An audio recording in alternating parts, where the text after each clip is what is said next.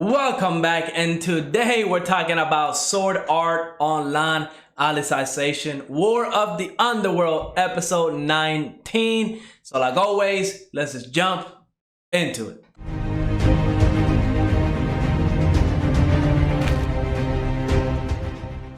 I was really excited for this episode. I mean, after the events of last episode with Kirito coming back and ready for a fight, I honestly thought we were going to get a huge fight and Kirito was literally about to one-shot this pole person or whatever his name is.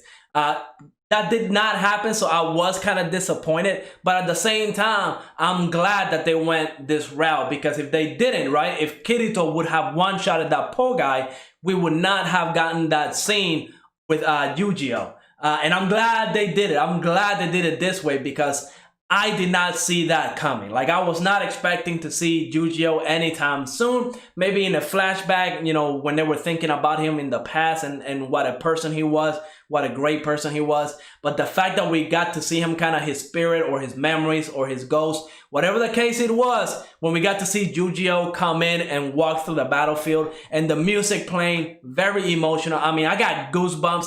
I'm gonna be uploading my reaction to this episode later on. But yeah, when he was walking through the field with the music, it was a great emotional moment. Absolutely loved it. And when he helped out Kirito against Paul to, you know, drive the sword back and get, you know, restore his original ice sword, I mean, absolutely greatness. I just didn't think we were going to see Yu-Gi-Oh! And the fact that he showed up, 10 out of 10. I loved it. I loved it. But we got to see the rest of the fight between Kirito and Paul. And even though he had dual wielding swords and he brought that cape back from SAO Ironclad or season 1, his original cape that we met Kirito with, absolutely great moment. I mean, it was just, you know, throwing Easter eggs at people that have been watching SAO since season 1. I mean, truly greatness. I loved that moment as well.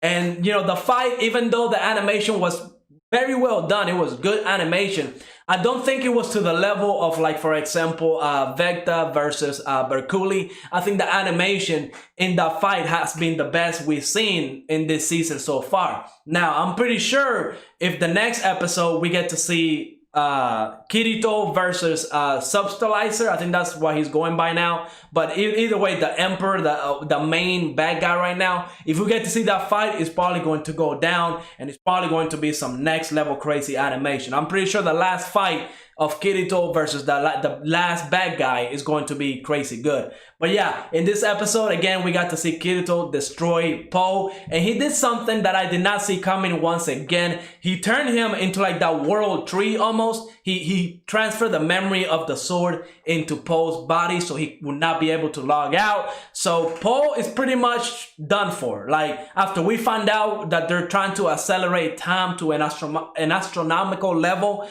to the point where they have like 10 minutes left, and if they don't log out, their brain is just going to be fried almost, right? We don't know what the consequences of staying inside that game is going to be if they don't get out in 10 minutes, because there's no way the human life can live for 200 years, you know, and then when they get out, only like an hour passed by. So it's definitely going to cause some damages, and they need to log out right now. But since that pole person is in tree form, he's not going to log out, because essentially he's not dead. He's not going to be able to log out.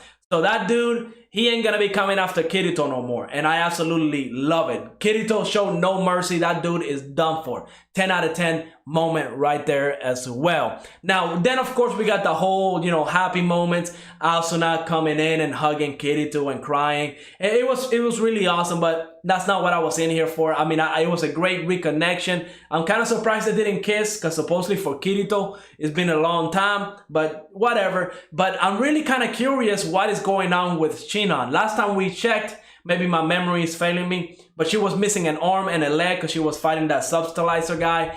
But she didn't log out. She wasn't dead. She was still kind of trying to fight and move forward. So hopefully they find her. Hopefully she comes in and joins the fight against Substilizer next episode, because it seems like it's going to happen next episode. I mean, he is definitely behind Alice. and Alice gives the last order to the dragons to go and be happy, you know, find a wife, find a husband, have kids. The dragons, you know, go be happy, and they were not having it. They're in there to fight. Great moment, but I mean, we all knew those dragons were not going to do anything. Those dragons, I'm surprised they didn't get one-shotted, honestly.